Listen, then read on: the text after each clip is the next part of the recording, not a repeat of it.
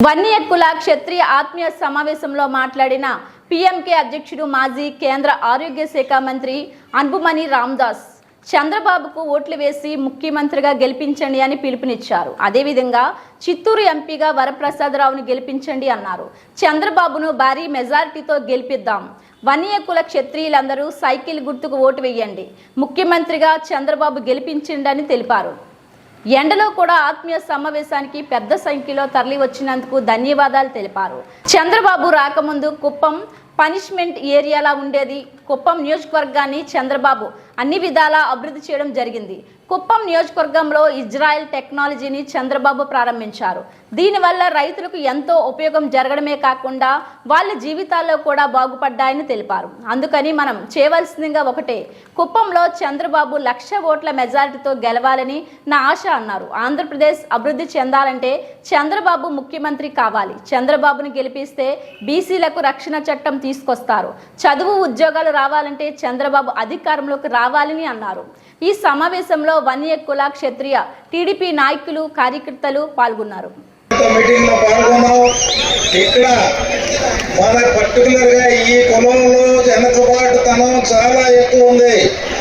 చదువు పర్సంటేజ్ కూడా చాలా తక్కువ ఉంది. ఎందుకని మీరు ఎవరైనా ఆలోచిస్తున్నారా? స్త్రీల్లో కానీ పురుషుల్లో కానీ ఉన్నవాళ్ళు ఎక్కువ మంది వ్యవసాయం మీద ఆధారపడుతున్నారు. వ్యవసాయ భూములు మాత్రం తక్కువ. వడ్రంగి పనుల్లో ఉన్నారు, కంసాలి పనుల్లో ఉన్నారు, రకరకాల పనుల్లో ఉన్నారు. దేనిలో కూడా ఈ యొక్క కులం నుంచి ఇదిగో ఇది మాకుంది, ఇది నా సొంతం, ఈ భూమి నా సొంతం అని చెప్పుకోవడానికి పెద్ద కమతాలు లేవు. చిన్న చిన్న కమతాలు చేస్తున్నారు, వ్యవసాయాలు చేస్తున్నారు. కానీ దానికోసమని ఈ వెనకబాటుతనం తీసేసుకోవడానికి కోసమనే చెప్పి మన చంద్రబాబు నాయుడు గారు బీసీ కార్పొరేషన్లు పెట్టారు. తర్వాత వన్యకుల కార్పొరేషన్ కూడా పెట్టారు. కానీ ఈ వైఎస్ఆర్సీపీ ప్రభుత్వంలో ఈ కార్పొరేషన్లు ఉన్నాయా? మీకు ఏమైనా అర్థమవుతుందా? అన్నీ చచ్చిపోయినాయి. ఎస్సీ సప్లాన్ చచ్చిపోయింది, బీసీ కార్పొరేషన్ చచ్చిపోయింది, ఎస్సీ కార్పొరేషన్ చచ్చిపోయింది, వన్యకుల కార్పొరేషన్ చచ్చిపోయింది. ఫండ్స్ ఇవ్వడు. వీళ్ళు డెవలప్మెంట్ మీద, అతనికి అభివృద్ధి మీద కానీ ఏమీ కాన్సన్ట్రేషన్ లేదు. ఏదో మేము పరిపాలిస్తున్న పరిపాలన సమర్థవంతమైన పరిపాలన లేదు.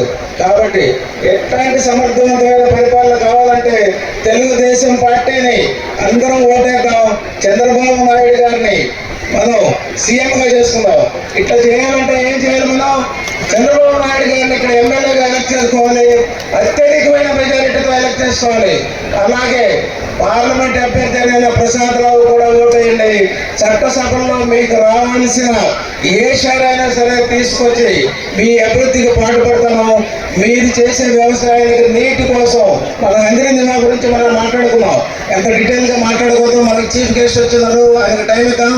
కాబట్టి మనం ఇంకోసారి కూర్చున్నప్పుడు మాట్లాడుకున్నాం. మీ అందరి అభివృద్ధి కోసం చట్టసభల్లో లోక్సభలో మాట్లాడి మనకు వచ్చే ప్రతి షేర్ని తీసుకొచ్చే బాధ్యత నేను తీసుకుంటాను. ఉద్యోగాలు కానీ, వ్యవసాయం కానీ, నీరు కానీ, మీ వృత్తుల్లో కానీ దేనిలో అయినా నేను తీసుకుంటాను. కాబట్టి మరి ఒకసారి విజ్ఞప్తి చేస్తున్నాం. తెలుగుదేశం పార్టీ తప్పితే వేరేది కనపడద్దు. చంద్రబాబు నాయుడు గారు తప్పితే వేరేది కనపడద్దు. సైకిల్ గుర్తుగా 2 ఓట్లు వేసి 1 ఎమ్మెల్యేకి 1 ఎంపీకి ఈ పార్టీని గెలిపించండి. Thank you very much. జై తెలుగుదేశం, జై జనసేన, జై బీజేపీ. Thank you. జీవితాల్లో వెలుగును తీసుకువచ్చిన నాయకుడు, మా బిడ్డల భవిష్యత్తుని కాపాడిన నాయకుడు, మాకు ఇజ్రాయెల్ టెక్నాలజీ తెచ్చి వ్యవసాయం చేర్పించిన నాయకుడు, మా బిడ్డలు ఇంజనీరింగ్, మెడిసిన్, డిగ్రీలో, నర్సింగ్ చదివేటట్టు చేసిన నాయకుడు నారా చంద్రబాబు నాయుడు గారిని మీరు నమ్మారు కాబట్టి కులం పేరుతో వచ్చినా కూడా మాకు కులంతో సంబంధం లేదు. కులం కూడు పెట్టదు. మా నాయకుడు నారా చంద్రబాబు నాయుడు గారే మాకు இங்கே வருகை தந்திருக்கின்ற இந்த கொளுத்தும் வெயிலையும் பொருட்படுத்தாமல் நிச்சயமாக நாங்கள் எல்லோரும் சந்திரபாபு நாயுடு காது அவர்களை மிகப்பெரிய வெற்றியை கொடுப்போம், சைக்கிள் சின்னத்திலே அவருக்கு வாக்களிப்போம் என்று உறுதியோடு எழுச்சியோடு வருகை தந்திருக்கின்ற என் தம்பிகளே, என் தங்கைகளே, என் சகோதரிகளே, அண்ணன்மார்களே, தாய்மார்கள், பெரியோர்கள், விவசாய பெருமக்கள், வியாபார பெருமக்கள், ஊடக நண்பர்கள் உள்ளிட்ட உங்கள் அனைவருக்கும் இந்த அன்புமணி ராமதாஸின் பரிவார வணக்கங்கள். உங்களை இன்று சந்திப்பதில் எனக்கு மிக மிக மகிழ்ச்சி. அதையும் இவ்வளவு வெயிலை பொருட்படுத்தாமல், ஒழுக்கம் வெயிலையும் பொருட்படுத்தாமல் இங்கே வருகின்ற என் உயிரின் மேலான அன்பு பாட்டாளி சொந்தங்களே, உங்கள் அனைவரையும் நானும் ஒரு முறை அன்போடு வரவேற்கின்றேன். முக்கியமான இந்த தேர்தல் கூட்டம் முக்கியமான கட்டத்தில் இருக்கின்றோம். இன்னும் 3 நாட்களில் தேர்தல் நடைபெற இருக்கிறது.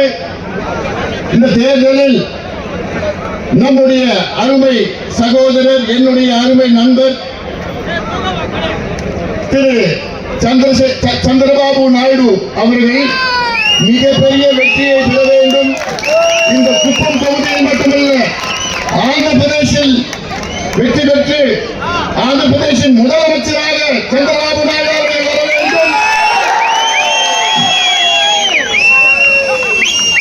இது நம்முடைய இனமான காவலர், சமூக நீதி போராளி மருத்துவர் ஐயா அவருடைய அன்பு கட்டளை.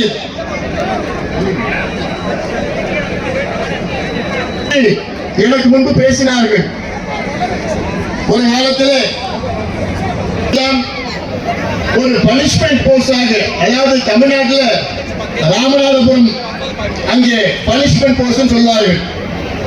ஏதாவது ஒரு அதிகாரி சரியான முறையில் செயல்படவில்லை என்றால் தமிழ்நாட்டிலே ராமநாதபுரத்திற்கு நாங்கள் டிரான்ஸ்பர் செய்வோம் என்று சொல்வார்கள். அந்த அளவுக்கு ராமநாதபுரம் என்றால் தண்ணி இல்லாத காடு, மிக மோசமான பகுதி, விவசாயம் கிடையாது, தொழில் கிடையாது, வேலைவாய்ப்பு கிடையாது. அது போன்ற பகுதி குப்பம் தொகுதியாக இருந்தது.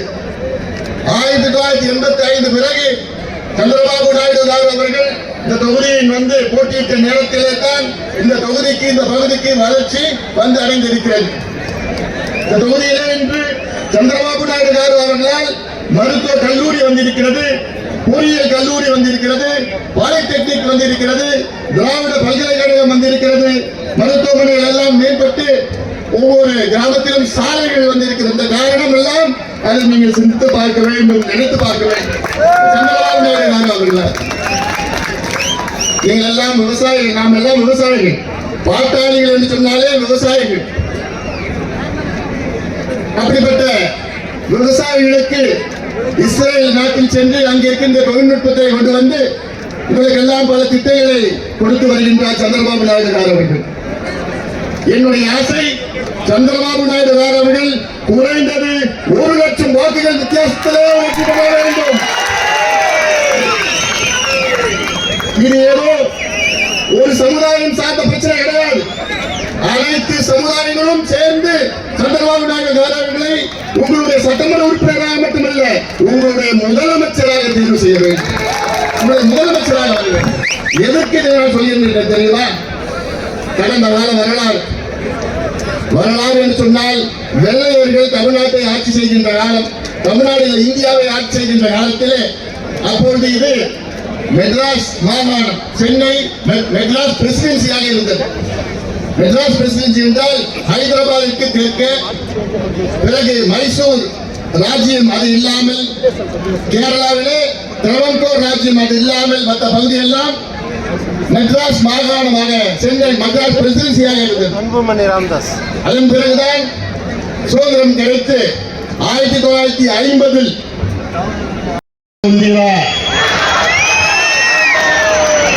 మీరు అందరున్న బంధువులు, రక్త సంబంధం. మీతో మాట్లాడితే నాకు చాలా సంతోషం. మీరు అందరూ సైకిల్ చిన్ననికి ఓటు చేయండి. நம்முடைய చంద్రబాబు నాయుడు గారు గెలిపించండి.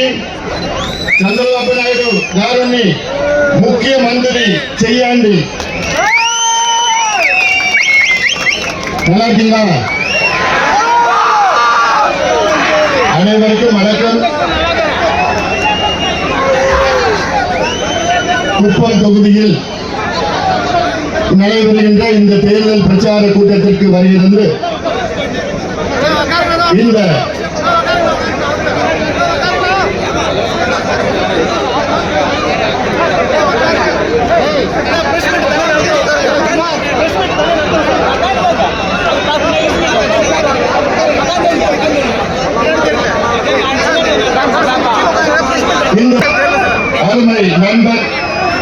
திரு டாக்டர் காஞ்சர்லா ஸ்ரீகாந்த் எம்எல்சி அவர்களும்,